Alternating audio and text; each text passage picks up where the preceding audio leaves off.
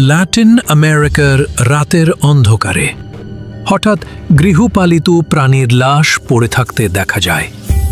রক্তহীন, নিথর। মানুষ বলে এটা নাকি এক ভয়ঙ্কর প্রাণীর কাজ, যার নাম চুপাকাব্রা।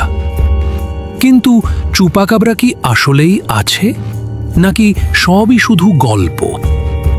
চুপাকাব্রা স্প্যানিশ শব্দ, যার অর্থ ছাগল চোষা। 1995 সালে পুয়ের্তো রিকোতে প্রথম এই নাম শোনা যায়। গল্প অনুযায়ী এই প্রাণী রাতে গ্রামে ঢুকে গৃহপালিত পশুর রক্ত শুষে নেয়। স্থানীয়রা বর্ণনা করে এটা নাকি 3 থেকে 4 ফুট লম্বা, সবুজাভ ধূসর ত্বক আর লাল জলজলে চোখ।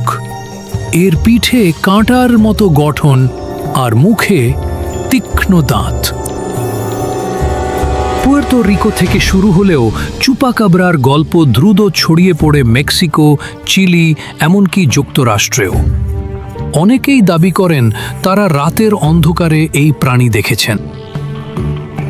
2004 সালের জুন মাস, টেক্সাসের একটি ছোট্ট খামারের মালিক জ্যাক উইলসন ভোরে উঠে দেখতে পান তার 30টি মুরগির মধ্যে 28টি মৃত পড়ে আছে। প্রতিটি দেহে একই রকমের 2টি ছিদ্র, আর রক্তের কোনো চিহ্ন নেই। তিনি বলেন, আমি জীবনে এমন কিছু দেখিনি। রাতের বেলায় বাইরে এক অদ্ভুত গর্জন শুনেছিলাম, কিন্তু বের হওয়ার সাহস পাইনি। কয়েকদিন পর পাশের গ্রামেও একই ঘটনা ঘটে। স্থানীয়রা দাবি করে তারা লম্বা পা, কাঁটাযুক্ত পিঠ আর জ্বলন্ত লাল চোখওয়ালা এক প্রাণীকে ছায়ার মধ্যে নড়াচড়া করতে দেখেছে। কিন্তু পুলিশ যখন জায়গাটা খুঁজে দেখে, কোনো পায়ের ছাপ বা রক্তের দাগ কিছুই পায়নি। পুয়ের্তো রিকোর ছোট্ট শহর কানোভানাস। 1995 সালের আগস্ট মাসে এক নারী, ম্যাডেলিন টলেন্টিনো, জানালার বাইরে অদ্ভুত এক প্রাণী দেখতে পান। তিনি বলেন, প্রাণীটি মানুষের মতো সোজা হয়ে হাঁটছিল। তার চোখ দুটি উজ্জ্বল লাল, যেন অন্ধকার ভেদ করে তাকিয়ে আছে আমার দিকে। এই ঘটনাটি স্থানীয় সংবাদপত্রে প্রকাশ পায়, আর মুহূর্তেই চুপাকাব্রার গল্প পুরো দ্বীপে ছড়িয়ে পড়ে। লোকজন রাতে খামারের পাশে অদ্ভুত ছায়া দেখতে পেত। কেউ কেউ শুনত হালকা ফোঁসফোঁসে শব্দ, যেন কিছু নিঃশব্দে শিকার খুঁজছে। শিশুরা বাইরে খেলতে ভয় পেত, আর প্রাপ্তবয়স্করা দরজা জানালা শক্ত করে বন্ধ করে দিত সূর্য ডোবার আগেই। বিজ্ঞানীরা এসব ঘটনার পেছনে কুকুর, শিয়াল বা কায়োটের মতো প্রাণীকে দায়ী করেন।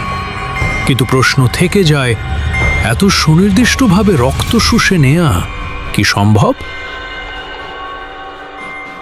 অনেক গবেষক মনে করেন চুপাকাব্রা আসলে কোনো অজানা প্রজাতির প্রাণী নয়, বরং অসুস্থ বন্য প্রাণী যাদের শরীরে চর্মরোগ, মেইনজ হয়েছে, ফলে তারা অদ্ভুত দেখায়।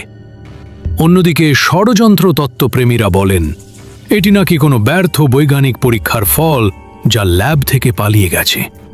কেউ কেউ আবার মনে করেন চুপাকাব্রা ভিন গ্রহের প্রাণীও হতে পারে। 2007 সালে টেক্সাসের একটি গ্রামীণ রাস্তার পাশে ধরা পড়ে এক অদ্ভুত প্রাণী। এর লোম প্রায় নেই, ত্বক ছিল ধূসর ও কুচকানো, দাঁত ছিল তীক্ষ্ণ, আর চোখ গভীর কালো। স্থানীয়রা সঙ্গে সঙ্গে একে চুপাকাব্রা বলে চিৎকার করে ওঠে। পশু বিশেষজ্ঞরা এটিকে এক ধরনের অসুস্থ কায়োটে বলে ঘোষণা করেন। কিন্তু প্রশ্ন হল, যদি এটা শুধু অসুস্থ কায়োটেই হয়, তাহলে কেন খামারের প্রাণীদের মৃতদেহে সবসময় একই ধরনের 2টি ছিদ্র থাকে? আর সবচেয়ে অদ্ভুত বিষয়, এই প্রাণীটির ডিএনএ টেস্টেও নাকি কিছু মিল পাওয়া যায়নি পরিচিত কোনো প্রজাতির সঙ্গে, অন্তত সরকারি রিপোর্টে যেটুকু প্রকাশ করা হয়েছে। তাহলে কি সত্যি কোনো অজানা প্রজাতি আমাদের চোখের সামনে ঘুরে বেড়াচ্ছে? আজও চুপাকাব্রা ধরা পড়েনি, আর এর অস্তিত্ব প্রমাণের মতো পাকা প্রমাণও নেই। কিন্তু নতুন নতুন দাবি শোনা যায় এখনো। হয়তো রাতের অন্ধকারে, যখন সবাই ঘুমিয়ে থাকে, চুপাকাব্রা বের হয় শিকারের খোঁজে। আর কে জানে, পরবর্তী গল্পটা হয়তো তোমার শহরের। একজন ফার্মার নাম জন হাস্ট যুক্তরাষ্ট্রের নিউ মেক্সিকো থেকে দাবি করেছেন, রাতের অন্ধকারে তিনি দেখতে পান তার খামারের পাশে এক অদ্ভুত ছায়ামূর্তি দ্রুত চলে যাচ্ছে। প্রাণীটি ছোট ছিল না, প্রায় মানুষের সমান লম্বা, কিন্তু শরীর ছিল অদ্ভুতভাবে ভাঁজ করা। জন বলেছিলেন, আমি হিমশীতল হয়ে দাঁড়িয়েছিলাম, তার চোখ যেন আমাকে একেবারে পড়ছিল। পরের সকালে তার খামারে প্রাণীর কোনো চিহ্ন পাওয়া যায়নি, শুধু মৃত কয়েকটি পাখি। এই ঘটনা বহু মানুষের মধ্যে আতঙ্ক ছড়ায়, আর চুপাকাবরার গল্পের রহস্য আরও গভীর হয়। আপনার কি মনে হয়, চুপাকাবরা সত্যি আছে নাকি এটা শুধুই লোককথা? কমেন্টে জানিয়ে দিন, আর এমন রহস্যময় গল্প পেতে চ্যানেলটি সাবস্ক্রাইব করুন।